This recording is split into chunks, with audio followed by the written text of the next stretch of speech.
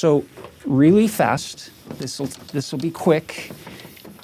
And if you understand just this 30,000, actually this 26,000 mile, or foot rather, overview of geography, it'll help put a lot of his writings into context. So you're basically drawing here's Jerusalem. Map of the Holy Land. There's the Dead Sea. There's the Jordan River. There's the Sea of Galilee. Here's Nazareth, where Jesus was raised. There are two major kingdoms in this land. You have the kingdom of Israel up north with the 10 tribes. You have the kingdom of Judah down south with the 2 tribes. And of course, Levi is scattered among them because he's the only one with priesthood. So there are really 13 tribes because of Ephraim and Manasseh. But there you go. So Baker's dozen. There you go. Up north, you have the kingdom of Syria.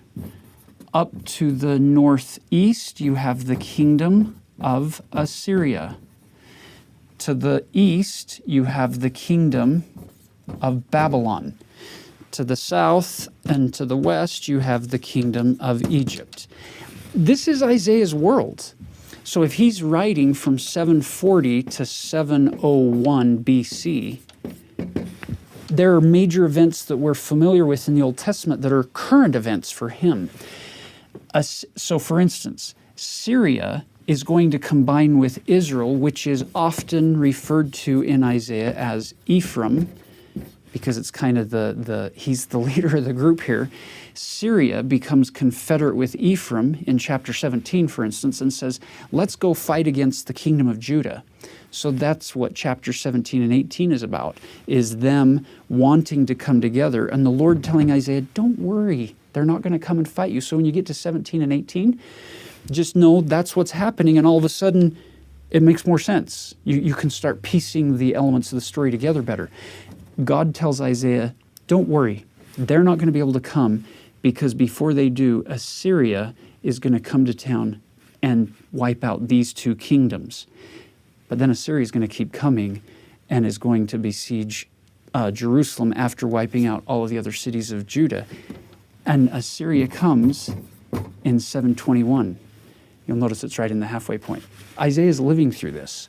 So when you get to chapters 21, chapter 20, 21, 22, pay attention to the Assyrian references, and that's the Assyrian conquest.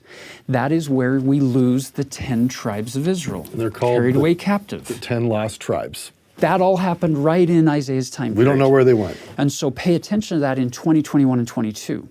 Then when you get to chapters 23 and 24, that's Babylon coming to the kingdom of Judah right after Lehi left, which is, for Isaiah, more than 100 years in the future when Babylon's going to come and carry them away captive. And then you get the Jews in exile. So read chapters 23 and 24 from that context. If you understand basic geography in the different kingdoms, all of a sudden it does open up and unlock some of the history so that you can then understand what happened back then and more easily liken those stories of history to our day today.